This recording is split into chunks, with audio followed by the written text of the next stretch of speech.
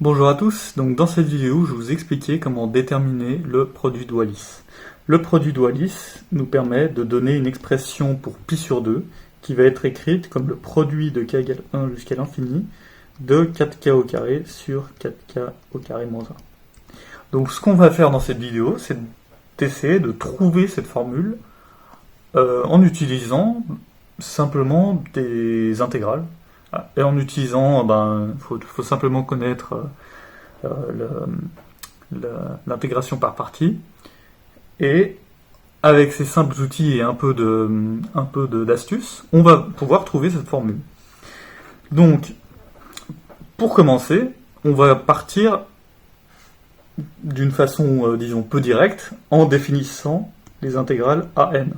Donc je vais définir l'intégrale AN de la façon suivante, ça va être une intégrale entre 0 et pi sur 2, du sinus à la puissance n de t. Ce qu'on va essayer de trouver dans cette vidéo, c'est, premièrement, une expression explicite de cette quantité. Donc je vais écrire que cette quantité pour n quelconque est un tel produit, un tel factoriel de n, etc. Donc pour déterminer ça, d'abord on va commencer par donner des premiers termes de A0 à 1. Donc on va déterminer A0. A0, ça va simplement être l'intégrale entre 0 et pi sur 2 de 1. Donc ça nous donne simplement pi sur 2. Pour A1, ça va être l'intégrale entre 0 et pi sur 2 du sinus. Donc ça va nous donner moins le cosinus à évaluer entre 0 et pi sur 2. Et ça nous donne 1. Simplement parce que cosinus de pi sur 2 vaut 0. Et cosinus de 0 vaut 1, donc moins 1, ça nous donne. Maintenant, on va essayer de déterminer AN pour n plus grand ou égal à 2. Parce que maintenant qu'on a traité les cas 0 et 1, on peut simplement considérer que n est plus grand ou égal à 2 pour faire une intégration par partie. Donc, ça va se faire comment? Je vais écrire l'intégrale sinus puissance n dt. Et un de ces termes en sinus, je vais l'écrire comme la dérivée de moins le cosinus. Donc, je vais écrire par exemple moins cosinus t dérivé fois le sinus à la puissance n-1 de t. Donc maintenant, on applique l'intégration par partie. Donc ça nous donne moins le cosinus de t sinus à la puissance n-1 de t à évaluer entre 0 et pi sur 2. Moins l'intégrale entre 0 et pi sur 2 de la fonction primitive, si on veut, donc moins cosinus t, fois la dérivée de l'autre fonction, donc n-1, fois sinus de n-2 à la puissance n-2, fois, maintenant la dérivée interne, si on veut, c'est le sinus de t qui est à la puissance n-1, donc la dérivée externe c'est n-1 sinus n-2, fois du coup la dérivée interne du sinus qui est le cosinus de t, dt. Voilà, donc ça c'est vraiment le terme complet. Ce terme-là, il vaut 0. Pourquoi? Parce que quand on va évaluer en pi sur 2, le cosinus de pi sur 2 vaut 0. Et quand on va évaluer en 0, le sinus de 0 vaut 0. Donc chacune des deux bornes va donner une primitive 0. Et l'autre terme, donc on a deux fois le cosinus, on a deux moins qui vont s'annuler, donc on a simplement n-1 fois l'intégrale en 0 et pi sur 2, j'ai simplement sorti le n-1, fois le cosinus au carré, fois le sinus à la puissance n-2. Maintenant, on connaît une relation entre le cosinus et le sinus. On sait que cosinus au carré plus sinus au carré, ça vaut 1. Donc on peut écrire cosinus au carré de t comme 1 moins sinus au carré de t. Ça, on voit que c'est très pratique pour l'utiliser dans notre formule. Parce que maintenant, on a que ça, c'est égal à n-1 fois l'intégrale entre 0 et pi sur 2 de 1 moins sinus carré fois le sinus à la puissance n-2. Et ça, du coup, ça nous donne n-1 fois l'intégrale entre 0 et pi sur 2 sinus n-2 moins l'intégrale entre 0 et pi sur 2 sinus puissance n.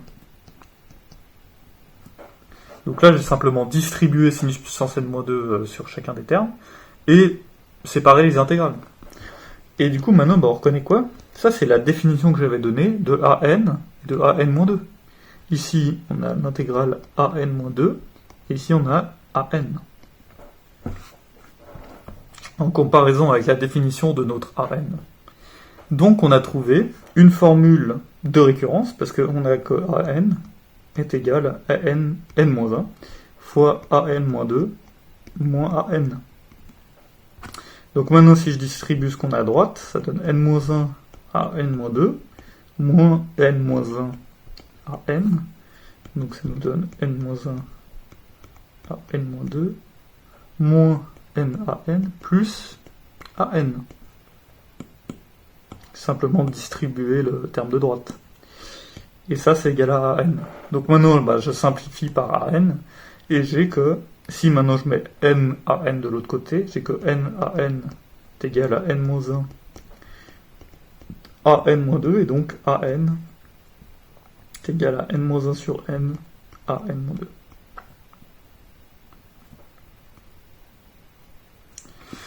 Donc on a trouvé voilà, une formule explicite qui nous donne an si on connaît an-2. Donc ça veut dire quoi? Ça veut dire que je connais A0. Donc je peux connaître A2, je peux connaître A4, je peux connaître A6, etc. Je connais A1, donc je peux connaître A3, je peux connaître A5, je peux connaître A7, etc.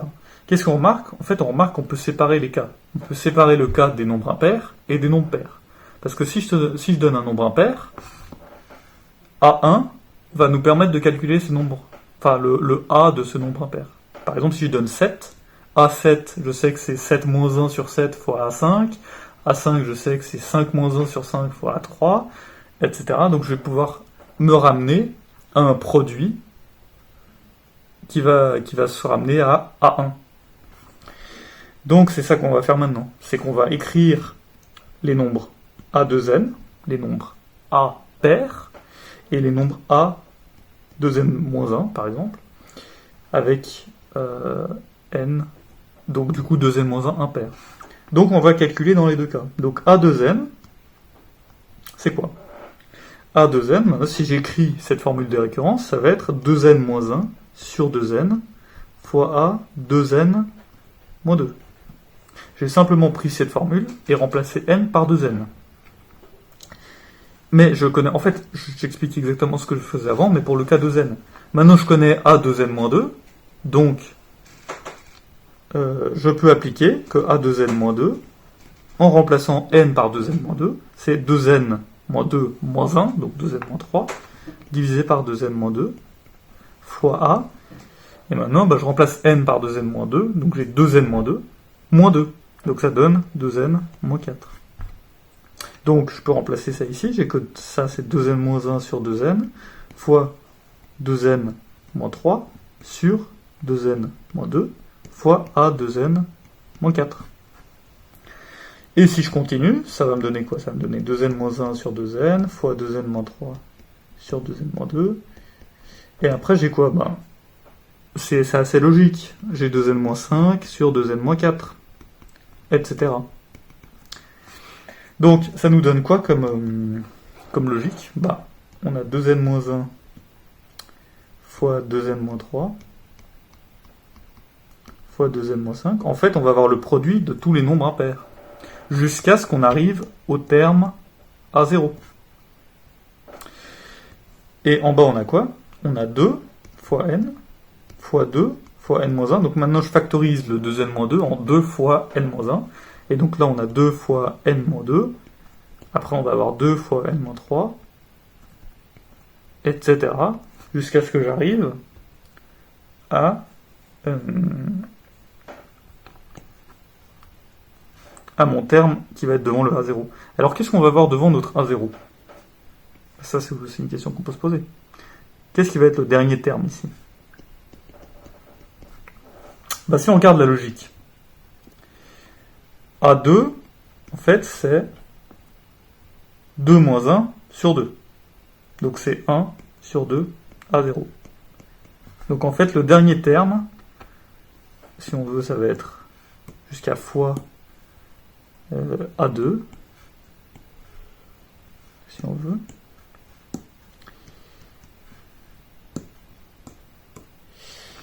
Et donc ça va nous donner donc exactement la même chose.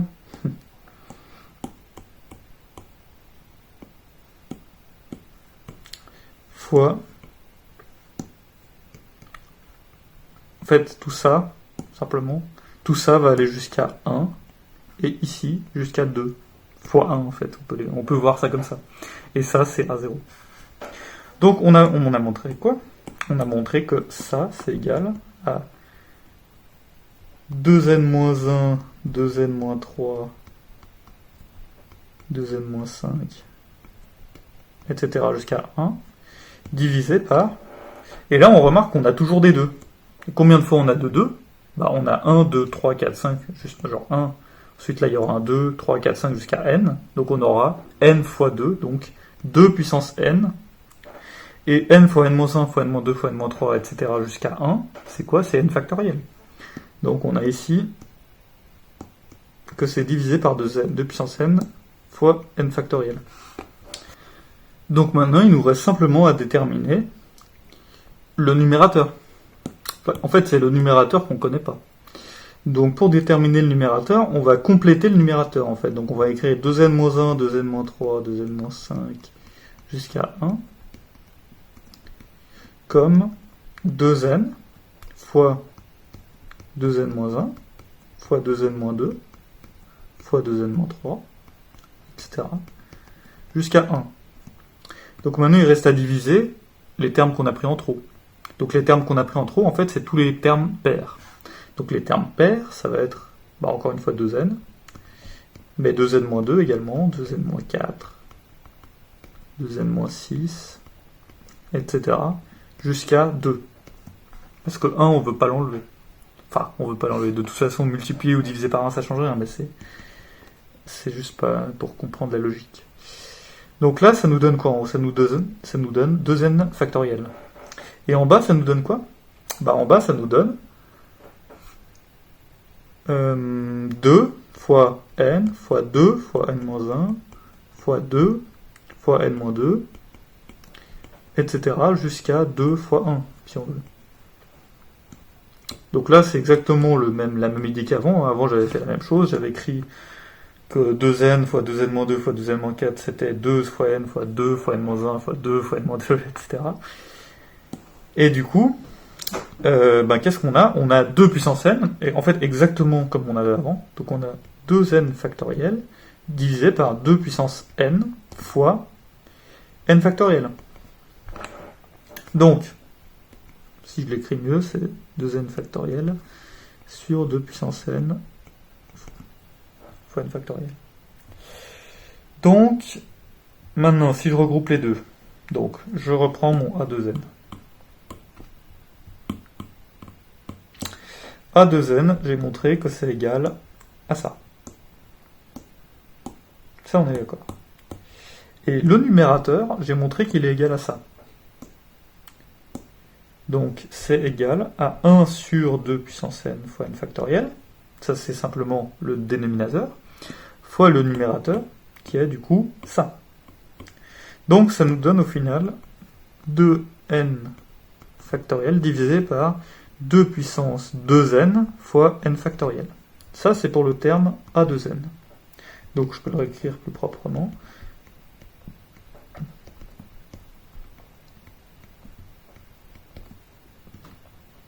Voilà. Donc là, on a trouvé toutes les intégrales entre 0 et pi sur 2 du sinus à la puissance 2n. En fait, ça, c'est donné par cette formule explicite.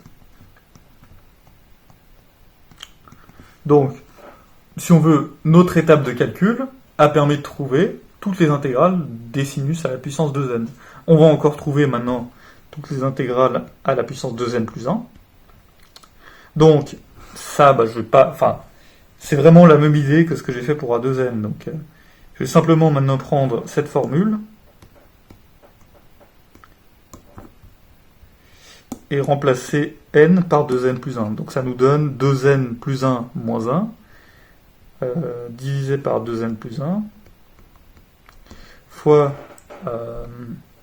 a du coup 2n moins 1. Maintenant, a 2n moins 1, c'est exactement la même chose qu'avant. A 2n moins 1, bah, j'écris cette formule avec n, à la place de n, je mets 2n moins 1. Donc j'ai 2n moins 2, puisque j'ai 2n moins 1 moins 1, divisé par 2n moins 1. Etc. Jusqu'à, donc ça c'est a 2n moins 3. Bref, on reconnaît le même pattern qu'avant, donc enfin la même idée. On a 2n, 2n moins 2, 2n moins 4, etc. jusqu'à 2n plus 1, 2n moins 1, 2n moins 3, etc. Jusqu'à ce qu'on tombe au terme qui va être impair, qui va être A3. Et A3, j'ai donné que c'était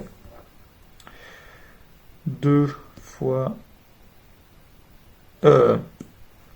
du coup, A3, je l'écris comme 2 fois 1 plus 1. Donc là, ça va être égal... Enfin, ouais, A3, du coup, si je prends cette formule-là, c'est plus simple de prendre celle-là.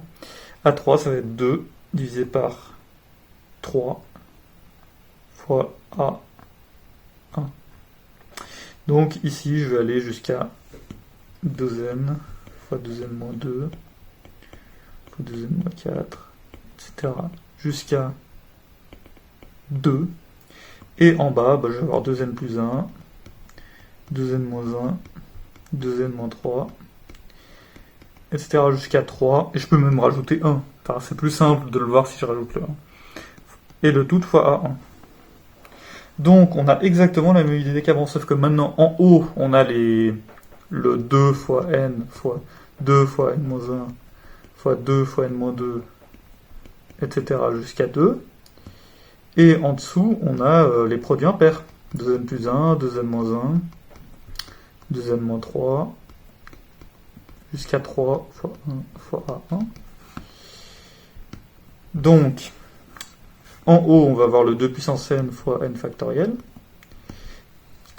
Donc ce qu'on a au dénominateur, c'est ce qu'on avait avant. Donc c'est le fameux produit des impairs.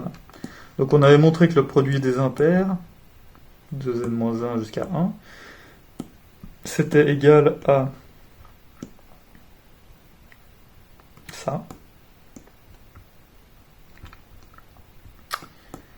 Donc maintenant, si je multiplie par 2n plus 1,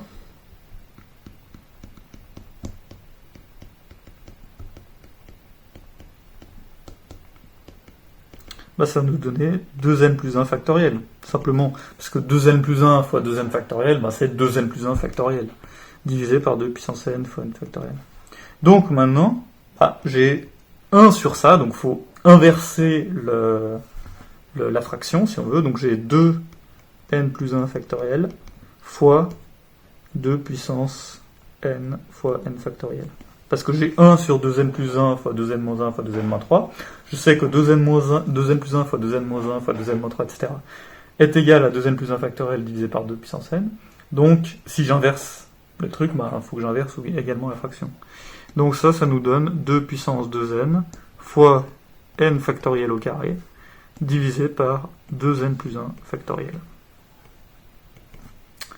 Voilà, alors là, maintenant si je récapitule, on a déterminé deux choses. On a déterminé que A2n était donné par ça, et que A2n plus 1 était donné par ça. Il manque un truc, alors j'ai dû faire une erreur. Voilà, le n factoriel ici, c'est une petite erreur que j'ai faite, il est au carré. Hein. Donc ici c'est au carré. Donc ici également. Et du coup ici également. Et du coup, justement ce que... Voilà. Donc là on remarque qu'il y a, si on veut, il y a une similitude entre les deux. C'est toujours une histoire de 2n factoriel. Enfin 2n moins... En fait on fait toujours le produit factoriel de pair et de impair, en fait. C'est ça l'idée. C'est qu'on fait comme une factorielle, mais on prend que les termes pairs ou que les termes impairs. Donc, maintenant qu'on a ces relations, pour A de n et A de n plus 1, on va essayer de déterminer le produit dualiste. C'est ce qu'on essaie de faire depuis le début, on essaie de déterminer ce produit pi sur 2 est égal au produit infini. Comment on va faire ça? Eh bien, on va commencer par donner des inégalités pour ces intégrales.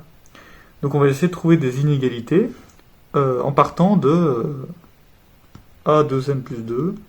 Je vais essayer de montrer que ça, c'est plus petit ou égal à A de n plus 1, et c'est plus petit ou égal à A de n. Pourquoi c'est vrai? Alors, partons du sinus à la puissance de n.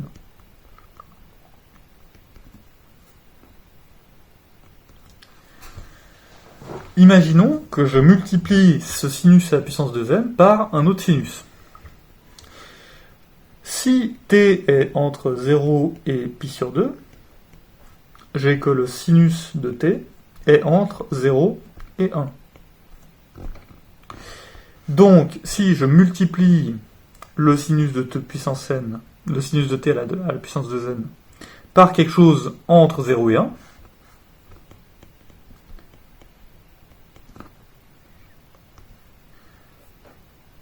je vais avoir que ça, c'est plus petit ou égal au sinus à la puissance de n.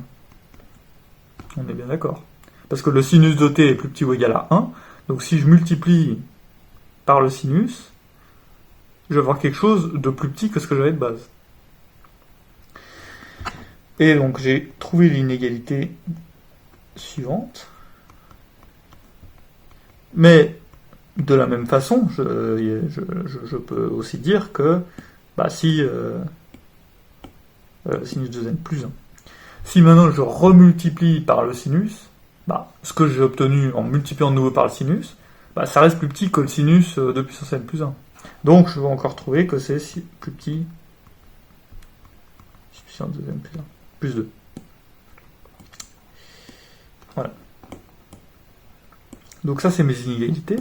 Et maintenant si je les intègre, puisque toutes ces fonctions sont positives, si j'intègre entre 0 et pi sur 2, l'inégalité est préservée. Donc bon, il faudrait rajouter des dt, bref, vous avez compris. Donc c'est exactement l'inégalité que je donnais. Voilà. C'est simplement parce que le sinus est plus petit que 1 entre 0 et pi sur 2. Enfin, le sinus est entre 0 et 1 quand on est entre 0 et pi sur 2. Voilà. Donc ça, c'est notre inégalité. Et à quoi elle va servir? Maintenant, je vais diviser par A de n.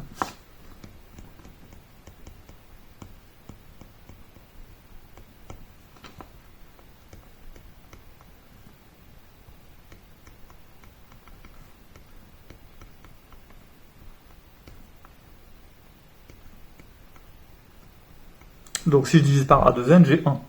A de n est positif, donc ça ne change pas le sens des inégalités. Alors, que vaut A de n plus 2 sur A de n? Si je prends A de n plus 2, c'était... je l'avais même écrit à un moment. Ouais, j'avais ça en fait. Mais bon, si je reprends ça, plus simplement. Ça, c'est vraiment notre relation de récurrence de base. Si maintenant j'écris A de n plus 2, ça me donne 2n plus 2 moins 1, donc 2n plus 1, sur 2n plus 2, fois A 2n, simplement. Donc ça nous donne 2n. Donc si maintenant je divise par A 2n, il me reste simplement 2n plus 1 sur 2n plus 2. Donc c'est ça que je voulais dire, c'est que ça me donne 2n plus 1 sur 2n plus 2.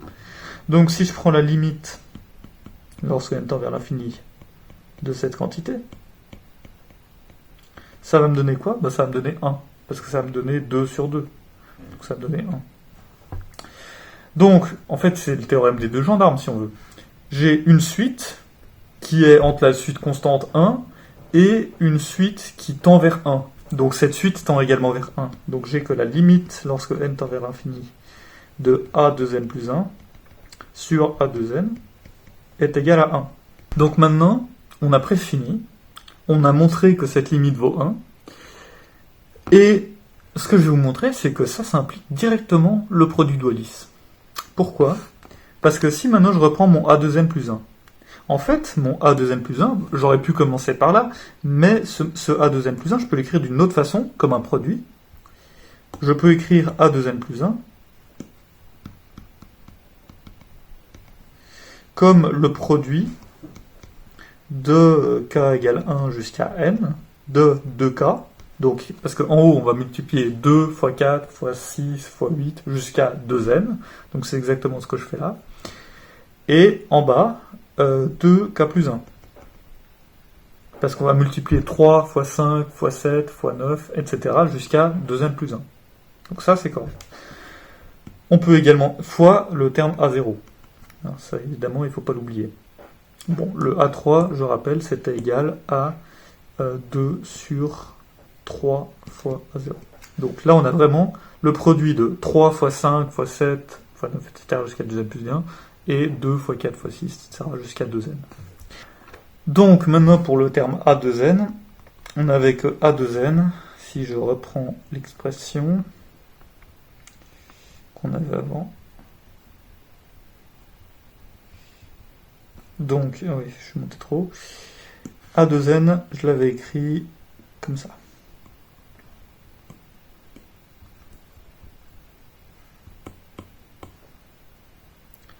Donc, je peux l'écrire comme le produit de k égale 1 jusqu'à n de 2k moins 1.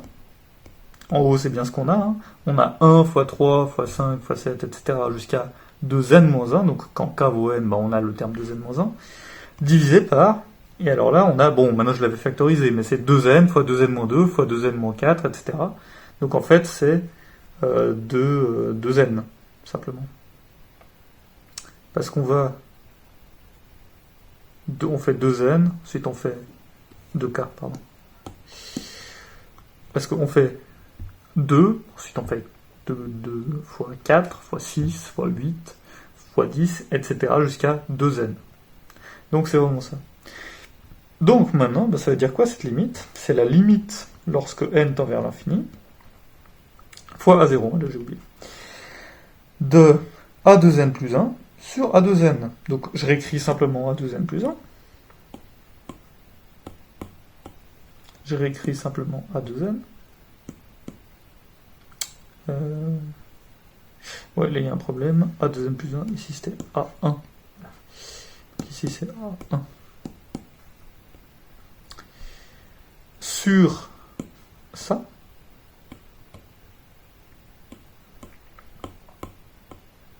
Et ça vaut 1.